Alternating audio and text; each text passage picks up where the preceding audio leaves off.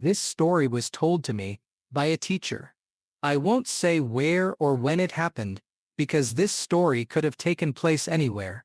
And unfortunately, it still could happen again. I couldn't forget it for a long time. It stayed with me forever, like a scar on the heart, but not the kind that hurts. The kind that reminds you. This is not a fantasy. This is life. And if you think the worst thing in school is exams, just listen. I will tell you a story that will change your perception of the power of patience. It's about a boy named David.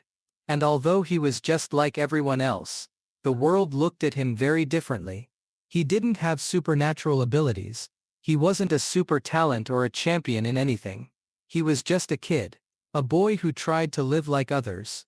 Smile. Communicate. Be part of something bigger. But there was one thing he couldn't hide, change or cover up with clothes or words. It was the color of his skin.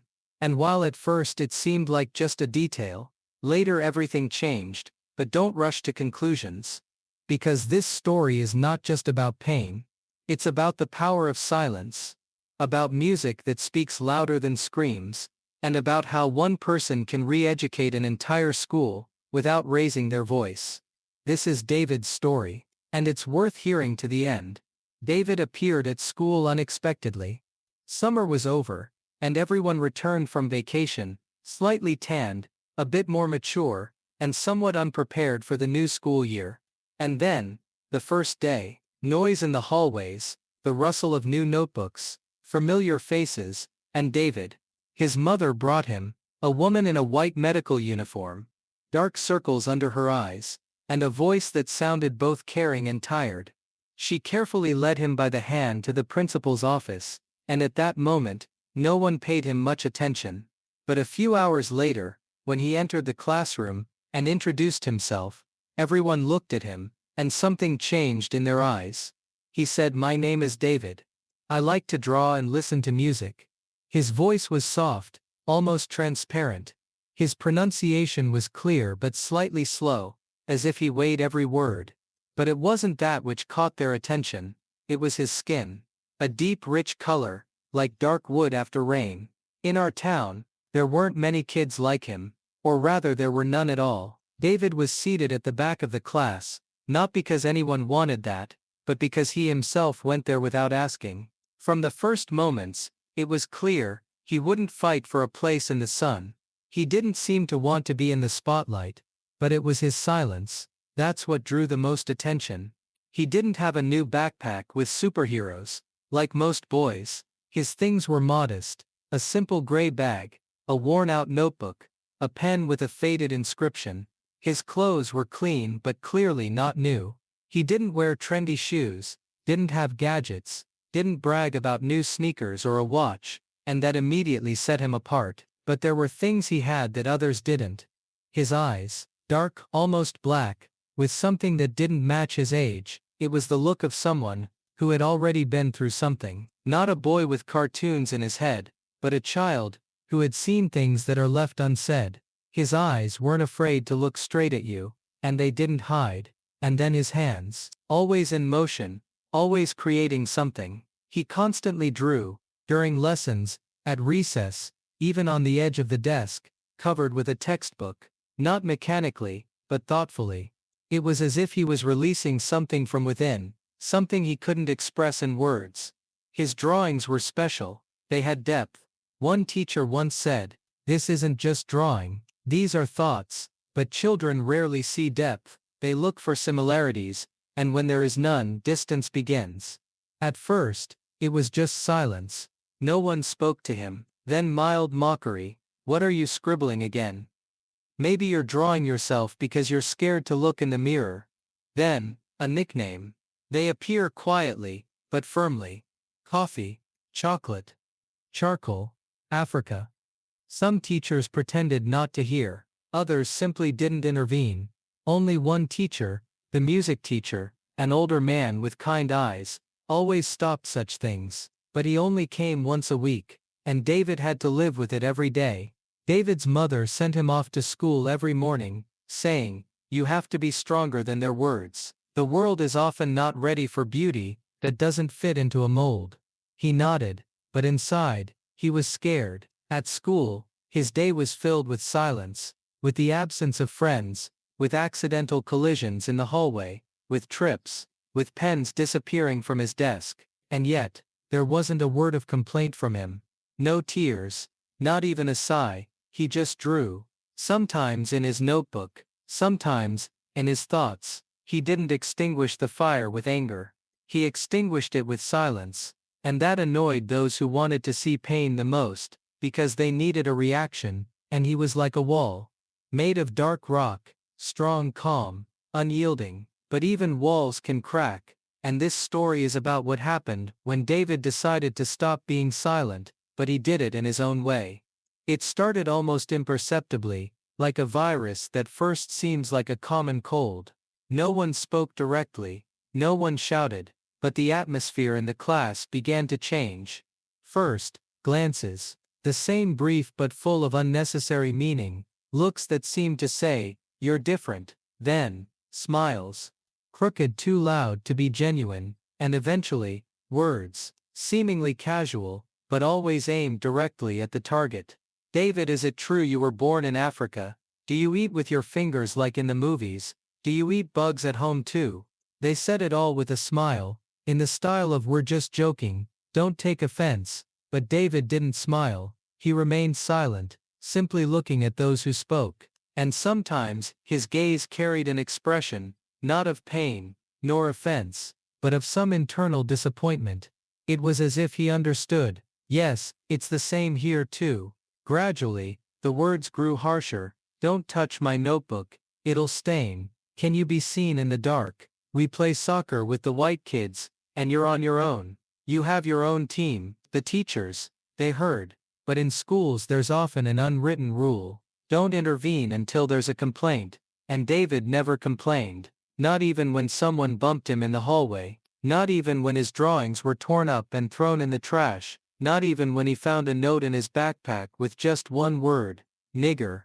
His patience was almost superhuman. But that only fueled the bullies. They wanted a reaction. Tears, screams, complaints. But he gave them none of that. And so, they decided to push harder. One day, after school, when most of the kids had gone home, a few boys stayed behind in the classroom. David stayed too, gathering his notebooks. One of them, Igor, the leader of the loud ones, approached him from behind and suddenly yanked on his backpack. "Look, what do you have here? Little drawings. Maybe show us what your house looks like made of banana leaves." They laughed. Igor pulled out the sketchbook and began flipping through it. There were portraits, amazing ones. One of an old woman with tired eyes, another of a boy laughing, but with an expression of foreboding in his eyes. The last one was a half-shadowed self-portrait of David, the face split by shadow, only one eye.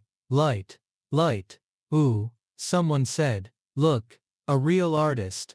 Definitely from a shaman tribe." Suddenly, Igor threw the sketchbook to the floor. It opened to a page with a portrait of David's mother, a black and white sketch, almost like a photograph. Her tired gaze, wrinkles, medical gown. For this drawing alone, one could have awarded a prize, but they trampled on it with their shoes. One of them spat in the notebook, laughing, and then David spoke. His voice was quiet, but it sounded like a punch. "You don't know what I think, and you don't know what I can do, but someday, you will." And he left the classroom.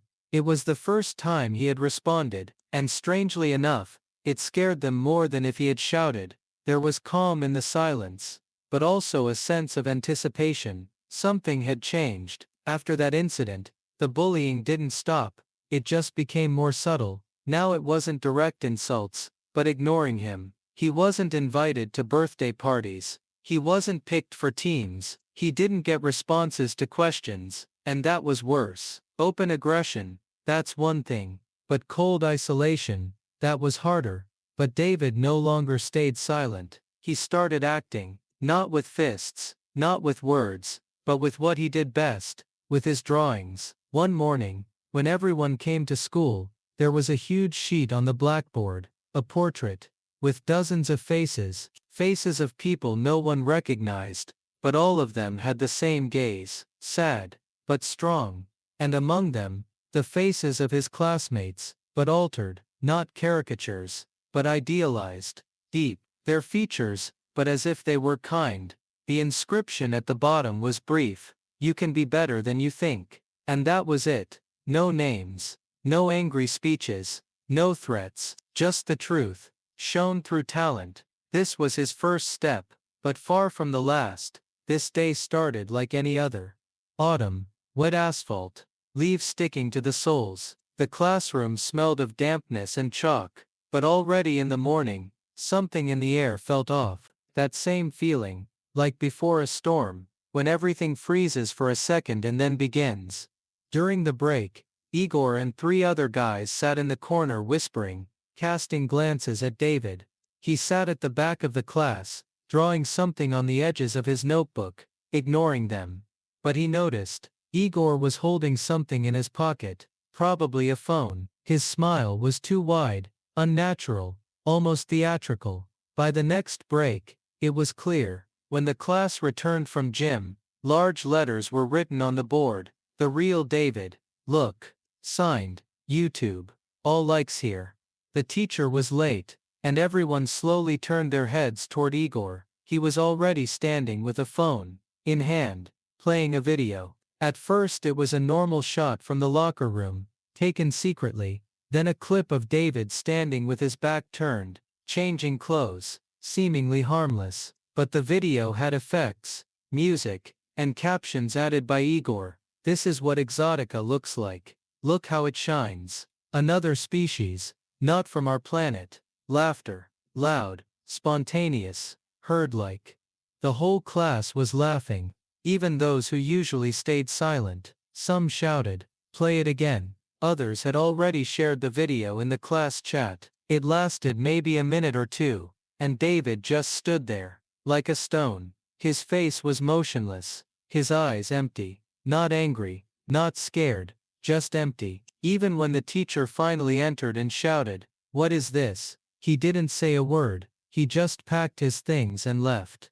This was the first day he didn't stay for all the classes, and the first day he didn't go home after school. His mom later said he didn't return until late in the evening. He didn't answer calls, didn't go online. Only late at night did he call from an unknown number and say, "I just wanted to be alone. I'm in the park. I'm fine. Don't worry." But he wasn't fine. The next day David came to school. He sat in his place. Everyone expected him to be broken, humiliated. But no, his gaze was calm. Too calm. That look is only seen in those who have already made up their minds. Everyone was waiting for an explosion, complaints, parents, maybe tears. But instead, David raised his hand and asked to speak. It was the homeroom lesson. The teacher let him speak, surprised. Then he walked to the board with a sheet of paper in hand. "I brought a drawing. This isn't for a grade. This is the last thing I want to say to you all." He unfolded the sheet. It was a drawing of the class, an exact copy, desks, windows, even the colors of the books. Everyone was sitting in their places. The only difference, all the students were drawn as faceless figures, only their eyes were dark voids, and in the center, a boy. His figure was glowing with colors, bright, yellow, orange, blue, red, like a flash, and the caption, "I won't disappear, even if you're not here." He left the sheet, and walked out of the class, and no one smiled. After that, something changed.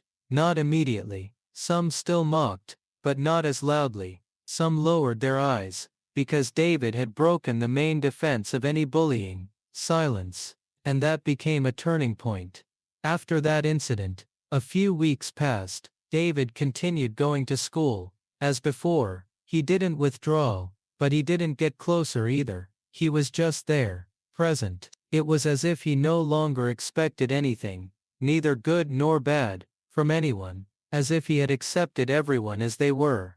But one person noticed that he had started working differently. It was his drawing teacher, Miss Olena. She had seen his sketches a long time ago, but after the incident with the drawing in class, she decided to talk to him seriously. "David, you have a gift. You see the world differently. Why don't you apply for the city's young artist competition? Why? He replied calmly. So they can call it exotics. Let them call it that.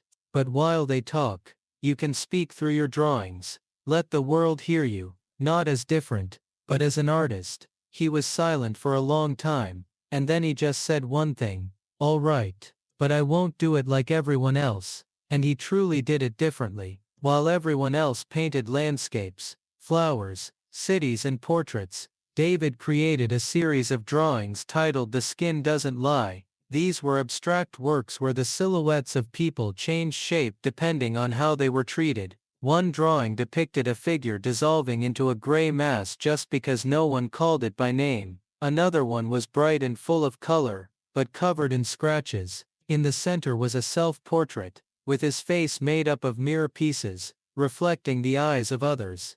His works were noticed, first by the competition jury, then by journalists, and finally by the city hall. After he was awarded, his speech was even shown on local television. After the broadcast, teachers began approaching him with a caution they had never shown before, as if they were afraid to touch something fragile. A few even offered help with materials, paints, and trips to the next exhibition. While it was nice, David still felt that these gestures were not so much out of care as out of guilt. What surprised him the most was the grandmother of one of his classmates. She wrote him a letter, handwritten in an envelope. The letter contained words that made him silent for half an hour. My husband was also dark-skinned, and he wasn't accepted his whole life, but he always said that art is a language understood by all, even by those who don't want to listen. You reminded me of him. Thank you.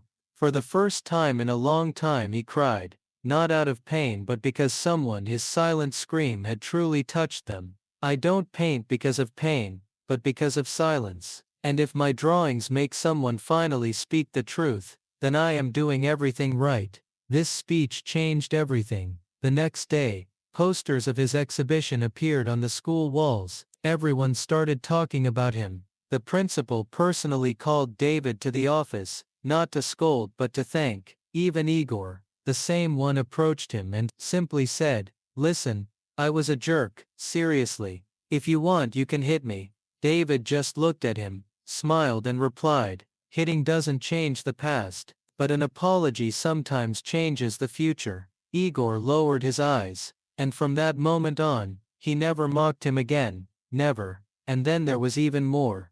David was invited for an interview with a local magazine, then to participate in a charity art event, and then he was selected for the national team to compete in the International Young Artist Competition in France. Classmates who had once ignored or mocked him now asked, "Can you show us how you make these color transitions? Or can I come to your exhibition?" And he didn't refuse. He just left the doors open, without revenge, without anger, but also without forgetting. Because he didn't become a victim, he became a mirror, and he showed everyone who they were at that moment when they left. More than 10 years passed, the school had hardly changed, the same walls, the same old desk by the window where David once drew in his notebook, hiding from prying eyes, but now everything seemed smaller, quieter. Maybe it was because he had grown. Today was the alumni meeting. Not everyone came. Some had moved away, some were working, some just didn't want to return to a place tied to less than pleasant memories. But David came, quietly without fanfare, not to surprise anyone, simply to put a period on the past. The classroom was bustling as usual. Some were laughing, some were hugging, some were shyly greeting one another, as if they had all returned to 10B. David entered quietly, stood by the wall. At first no one noticed him, then they did. "David." "Wow," said Alina, the former class monitor. "Is that really you?" He nodded and smiled. The conversation paused, but not for long. Someone rushed over, shook his hand. Someone else said, "Dude, I saw you on TV." Igor was there too. He was older now, with a son. He walked up, shook David's hand, without drama, without apologies, just with respect, and David accepted it silently. Sometimes silence is the deepest answer. "Do you remember that contest?" asked Oksana, the art teacher, who had also come to the meeting. I think that's when everything started. It wasn't the contest, David replied. It was the drawing before it. Suddenly, one of the girls, Nastya, who once laughed with the others, approached and handed him an old notebook. I kept it. Your drawing, that first one. I don't know why, but it's been with me, in a drawer. He took it, the yellowed sheet, slightly faded lines, but the same gaze from the self-portrait, sad, closed, wounded. David ran his fingers along the outline and whispered, "It's no longer like that." Nastya didn't understand. What? The gaze. It's not sad anymore. After the meeting, he stayed a little longer. He walked around the schoolyard, went into the old workshop, where paints once smelled of oil and patience. There, he saw a new exhibition, children's works. Among them, one drawing caught his eye. An African-American boy, smiling, standing among children of various nationalities. Below it was the caption, "The colors of the world are the colors of hearts." A young teacher walked in, holding a laptop. "Oh, you're David. You're a legend in this school. This is our new student, Samir. His work. He really admires you, sees you as inspiration. His family moved from Nigeria. He sometimes struggles with his appearance, but, you know, after seeing your drawings in the school museum," he said, "I also want my colors to have a voice." David smiled, and suddenly, he understood something important. His story was no longer just about him. It had become a space for others, a mirror, into which someone finally wanted to look without fear. His pain, his silence, his patience, had become a bridge, and now, others could cross it, without humiliation, without tears, without shame. He left the school, got into his car, looked at the old drawing in his hands once more, and for the first time thought, maybe it wasn't all in vain, or maybe, it was just the beginning. David understood an important truth. Sometimes the strongest obstacles give us the opportunity to become who we were always meant to be. All these years of silence, doubts, and struggles helped him see not only his own strength, but also the strength within each of us. Because even through painful moments, we can become a voice for others, offering hope and strength to those who walk behind us. This story is not just about David, it's about everyone who has ever felt unnecessary or lonely, and about how important it is not to give up and keep moving forward, because each of us can change the world around us. If this story touched you, don't forget to subscribe to the channel so you won't miss other interesting stories that could change your perspective on the world. I'm waiting for your feedback and comments. Your opinion matters. Until we meet again, friends. And remember, even in the darkness, there's always a place for light.